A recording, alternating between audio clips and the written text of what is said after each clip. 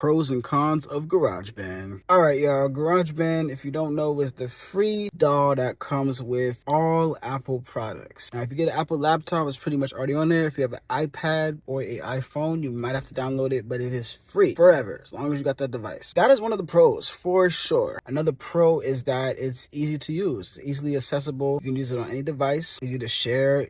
If you have Logic, you can transfer the Garageband session into Logic Pro.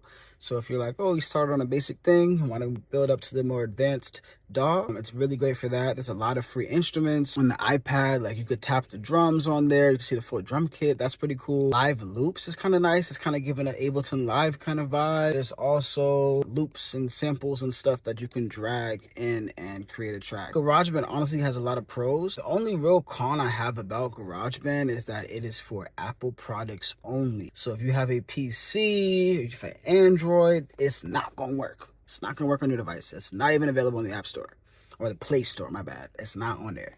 So if you want to use GarageBand, you do have to have a Mac device. The other con I would say is it's a little basic. If you want to kind of get into more like really deep mixing stuff, region gain changes, and like really particular things, can't really get too deep in there. Like, there's little functions you can do to make it sound decent.